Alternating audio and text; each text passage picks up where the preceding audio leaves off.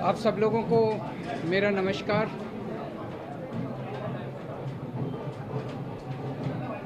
आज supreme court का जो ऑर्डर आया है ये कई मायनों में बहुत ही ऐतिहासिक ऑर्डर है। दिल्ली के लोगों की बहुत बड़ी जीत है।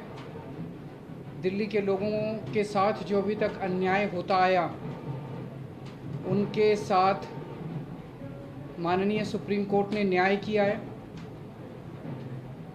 आज से 8 साल पहले 23 मई 2015 को हमारी 14 फरवरी 2015 को सरकार बनी थी। फरवरी, मार्च, अप्रैल, मई 3 महीने के अंदर, सरकार बनने के 3 महीने के अंदर ही जैसी हमारी सरकार बनी 67 सीट आई। 3 महीने के अंदर ही प्रधानमंत्री जी ने एक आदेश पारित करवाया केंद्र सरकार से कि दिल्ली के सर्विसेज के मामले अब दिल्ली की मुख्यमंत्री के पास नहीं रहेंगे, वो एलजी के पास रहेंगे या केंद्र सरकार के पास रहेंगे। इसका क्या मतलब हुआ? इसका मतलब ये हुआ कि दिल्ली सरकार में काम करने वाले जितने भी ऑफिसर हैं, जितने भी कर्मचारी हैं, ऊपर से लेके नीचे तक, आईएएस अफसर से क्लास ए से लेके क्लास 4 कर्मचारी तक, चपरासी तक, सारे कर्मचारियों की ट्रांसफ़र पोस्टिंग, उनकी डिसिप्लिनरी प्रोसीडिंग्स, नई अपॉइंटमेंट, पोस्ट क्रिएट करना, पोस्ट एबॉलिश करना, पक्के करना, ये सारा जो है ये अब दिल्ली की चुनी हुई सरकार के पास नहीं होगा। यानी कि अगर मैं मुख्यमंत्री हूँ, मेरे सामने कोई कर्मचारी रिश्वत ले रहा है, मैं उसे सस्पेंड भी नहीं कर सकता, मैं उसकी ट्रांसफ़र नहीं कर सकता। एजुकेशन सेक्रेटरी कौन होगा ये हम नहीं तय कर सकते, हेल्थ सेक्रेटरी कौन होगा ये हम नहीं तय कर सकते। ये आदेश प्रधानमंत्री जी ने 23 मई 2015 को पारित किया। 8 साल को इस्तेमाल करके दिल्ली के कामों को जानबूझ के रोका गया। हम दिल्ली में स्कूल अच्छे करना चाहते थे तो वो जानबूझ के ऐसा एजुकेशन सेक्रेटरी बिठाएंगे जो कि काम ना करे। हम अगर मोहल्ला क्लिनिक बनाना चाहते हैं तो जानबूझ के ऐसा हेल्थ सेक्रेटरी बनाया जाएगा जो कि काम ना करे। जानबूझ के ऐसा फाइनेंस सेक्रेटरी बिठाया जाएगा जो हर चीज़ के अंदर अड़ंगा अड़ाए। तो इसको इस्तेमाल करके दिल्ली के हर काम को रोका गया। एक तरह से मेरे दोनों हाथ बांध दिए गए पीछे और मुझे नदी में फेंक दिया गया कि अब तैरो। ये तो ऊपर वाले का शुक्र है कि दोनों हाथ बंधे हुए होने के बावजूद भी हम किसी तरह से तैरते रहे और ऊपर वाला हमारा साथ देता रहा। इन सारी कठिनाइयों के बावजूद दिल्ली के अंदर हम लोगों ने इतना शानदार काम किया पिछले 8 साल के अंदर। तो आप सोच सकते हैं कि अगर हमारे पास पूरी पावर होती तो हम कितना ज़्यादा काम कर सकते थे। आज हम सुप्रीम कोर्ट के जस्टिस चंद्रचूड़ के जो और चारों जजेस हैं उस बेंच में, संविधान पीठ में, उन सब के तहे दिल से शुक्रिया अदा करते हैं कि उन्होंने हमारे साथ न्याय किया। मैं दिल्ली की जनता को केवल नहीं देना चाहता, बधाई देना चाहता हूं और उनका शुक्रिया करना चाहता हूं कि जो इतना लंबा संघर्ष था, उस संघर्ष में दिल्ली की जनता ने मेरा साथ दिया। दिल्ली की जनता के साथ के बिना मैं कुछ नहीं कर सकता था। आज जो ये इतनी बड़ी जीत हुई है ये उन्हीं के आशीर्वाद, दिल्ली की जनता के आशीर्वाद और उनके साथ का, उनके सहयोग का नतीजा है। कदम कदम पे उन्होंने मेरा साथ दिया दिल्ली की जनता ने। अब हमें एक बहुत बड़ा मौका मिला है। दिल्ली का काम जो है अब ये 10 गुना स्पीड से होगा। आज के आदेश के बाद बहुत बड़े बड़े काम होंगे अब दिल्ली के अंदर जो सोच भी नहीं सकते। सबसे इम्पोर्टेंट है हमें एक ऐसा प्रशासन देना है दिल्ली के लोगों को जो कि रेस्पॉन्सिव हो, जो कि जनता की ज़रूरतों के प्रति सिंपैथेटिक हो, कंपैशनेट हो। तो अगले कुछ दिनों के अंदर आप देखेंगे बहुत बड़ा प्रशासनिक फेरबदल होगा। कई सारे ऑफिसर्स को, कर्मचारियों को ट्रांसफ़र किया जाएगा इस आधार पे कि उन्होंने अभी तक कैसा काम किया। कुछ ऐसे ऑफिसर्स हैं, कुछ ऐसे कर्मचारी हैं जिन्होंने पिछले कुछ महीनों में, 1-1.5 साल में दिल्ली की जनता के काम रोके। कुछ ऐसे ऑफिसर्स हैं जिन्होंने दिल्ली में मोहल्ला क्लिनिक में दवाइयां बंद करा दी, अस्पतालों के अंदर दवाइयां बंद करा दी, जल बोर्ड की पेमेंट रोक के कई जगह पानी बंद करा दिया। ऐसे कर्मचारियों को, ऑफिसर्स को चिन्हित करके उनको अपने कर्मों का फल तो भुगतना पड़ेगा। लेकिन बहुत सारे ऐसे कर्मचारी और ऑफिसर्स हैं जो बहुत घुटन महसूस कर रहे थे, ईमानदार लोग हैं, काम करना चाहते हैं। उन सारे कर्मचारियों को, उन सारे ऑफिसर्स को मौका मिलेगा काम करने का। उन सबको जो डेडवुड है, जो करप्ट हैं, जो इनएफिशिएंट हैं, उनको अच्छी पोस्टों से हटा के साइड किया जाएगा, और जो अच्छे हैं, एफिशिएंट हैं, ईमानदार हैं, रेस्पॉन्सिव हैं, कंपैशनेट हैं, उन लोगों को, उन सारे अधिकारियों को और कर्मचारियों को मौका दिया जाएगा कि वो दिल्ली की जनता की सेवा कर सकें। सारे प्रशासनिक सिस्टम को भी दुरुस्त किया जाएगा। ये सारा सिस्टम भी सड़ा गला सिस्टम है। ऐसा सिस्टम बनाया जाएगा जो जनता के प्रति जवाबदेह हो और जनता के लिए रिस्पॉन्सिव हो, जनता की ज़रूरतों के प्रति रिस्पॉन्सिव हो।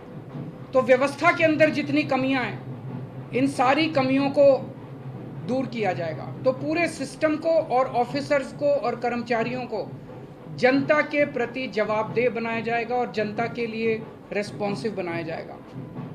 एक लीन एंड थिन गवर्नमेंट तैयार की जाएगी। Lean, thin, responsive, compassionate and accountable government. ये हम चाहते हैं। दिल्ली, जैसे दिल्ली ने पूरे देश को शिक्षा का मॉडल दिया, हेल्थ का मॉडल दिया, अब एक ऐसे गवर्नेंस का, एडमिनिस्ट्रेशन का मॉडल हम जनता के सामने रखेंगे, पूरे देश के सामने रखेंगे।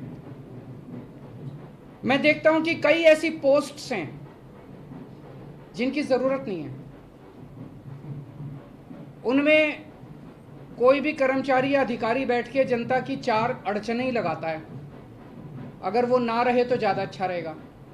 तो ऐसी पोस्ट्स को चिन्हित करके या तो उन्हें खाली छोड़ा जाएगा या उन्हें अबॉलिश कर दिया जाएगा। जहाँ जहाँ ज़्यादा पोस्ट्स की ज़रूरत है वहाँ ज़्यादा पोस्ट्स क्रिएट की जाएंगी। जहाँ जहाँ लोगों को ज़रूरत है वहाँ ज़्यादा पोस्ट, जैसे अब इतने मोहल्ला क्लिनिक बना रहे हैं, तो जब डॉक्टर्स की ज़रूरत है, पैरामेडिक्स, वहाँ और क्रिएट किए जाएंगे। तो अभी तक हम लोगों ने स्कूल, अस्पताल में एक मॉडल दिया। अब पंजाब के अंदर हम एक अच्छे लॉ एंड ऑर्डर, कानून व्यवस्था लागू कर रहे हैं। उसी तरह से दिल्ली अब कुशल प्रशासन का एक मॉडल पूरे देश के सामने देगा। मैं एक बार फिर से दिल्ली की जनता का बहुत बहुत आभार व्यक्त करना चाहता हूं, जिन्होंने पूरे संघर्ष में हम लोगों का साथ दिया। अगर हैं जी, बिल्कुल होगी। सर्विसेज आने के बाद हम नई पोस्ट क्रिएट कर सकते हैं, पुरानी पोस्ट अबॉलिश कर सकते हैं, कुछ भी कर सकते हैं। एसीबी अभी चुनी हुई सरकार के पास नहीं है, लेकिन विजिलेंस अब आ गया है। तो जो लोग अगर गलत काम करेंगे, भ्रष्टाचार करेंगे, कानून के हिसाब से काम नहीं करेंगे, उनके ऊपर विजिलेंस की कार्रवाई, डिसिप्लिनरी प्रोसीडिंग्स, विजिलेंस प्रोसीडिंग्स की जा सकती हैं। शाम को आप एलजी साहब से मिलने जा रहे हैं, उसमें क्या बातचीत होने की संभावना है? क्या आप करेंगे कि वो अब और किसी प्रकार का अड़ंगा ना लगाए? और सुप्रीम कोर्ट ने जो निर्देश दिया, उनसे आशीर्वाद लेने जा रहा हूँ। आपको लग रहा है कि ये पावर तो मिल गई है, पावर से ज्यादा जिम्मेदारी बढ़ गई है अब आपकी, क्योंकि अब तक आप बहुत सारी अड़चनें भी आपने बताई, लेकिन अब वो काम आपको कराना ही होगा। नहीं, जिम्मेदारी तो पहले भी थी, वो जिम्मेदारी विदाउट पावर थी। अब जिम्मेदारी विद पावर आ गई है। जिम्मेदार देखिए, जब भी जनता वोट देती थी तो वो तो यही कहती थी, जी हमने तो केजरीवाल को वोट दे दिया, अब केजरीवाल जाने पावर है कि नहीं है उसके पास। जनता को के बेचारों को क्या पता टीबीआर क्या होता है, आर्टिकल 239AA4 क्या होता है, उनको क्या पता बेचारों को। जनता तो वोट दे देती है, लेकिन हमारे पास पहले उन जिम्मेदारियों को पूरा करने की पावर नहीं थी, शक्ति नहीं थी। अब शक्ति दे दी है सुप्रीम कोर्ट ने हमें। पहले जो आपके काम है, अगर आप याद दिलाना चाहें, कौन सी ऐसी फाइल है जो की और कौन से ऐसे काम है जो आप करना चाहेंगे तुरंत? ऐसे बहुत सारे काम हैं जो पिछले कई सालों में अटके। पिछले 1 साल के अंदर तो आपने देखा कि किस तरह से पिछले साल लास्ट के महीने नवंबर तक आते आते मोहल्ला क्लिनिक के अंदर लैब टेस्ट्स बंद हो गए थे, दवाइयाँ बंद हो गई थी, जल बोर्ड जो है बजट, असेंबली ने बजट पास कर दिया, लेकिन कुछ ऑफिसर जो हैं वो बजट रिलीज़ नहीं कर रहे थे।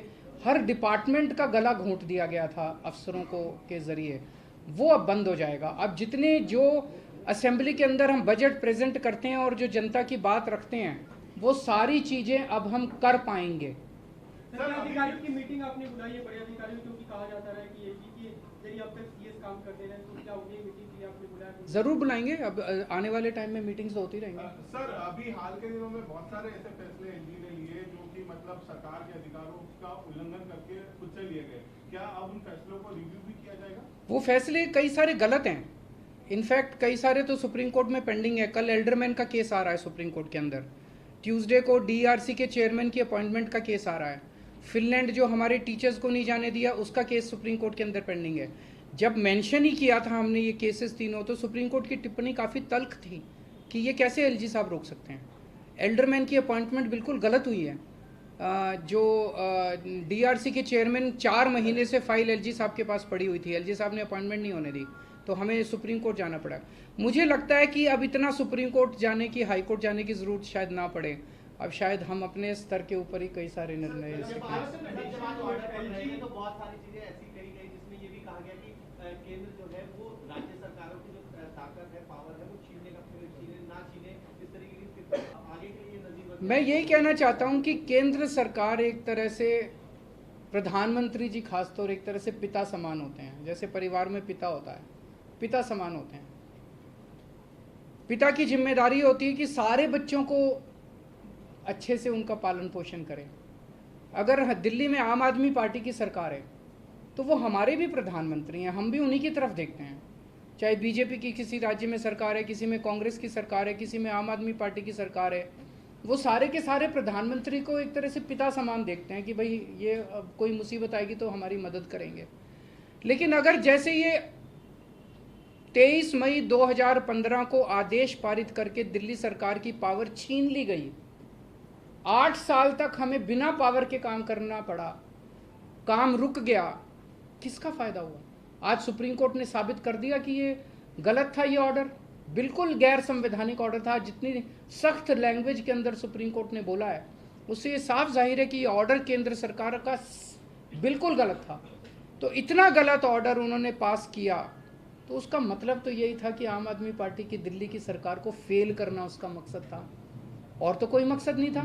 देश का तो भला नहीं हुआ, दिल्ली का तो भला नहीं हुआ, केवल और केवल लोगों का नुकसान हुआ। ये नहीं करना चाहिए।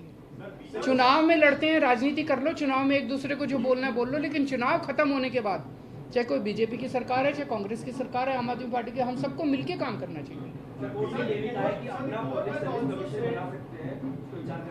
वो देखेंगे, अभी तो ऑर्डर है।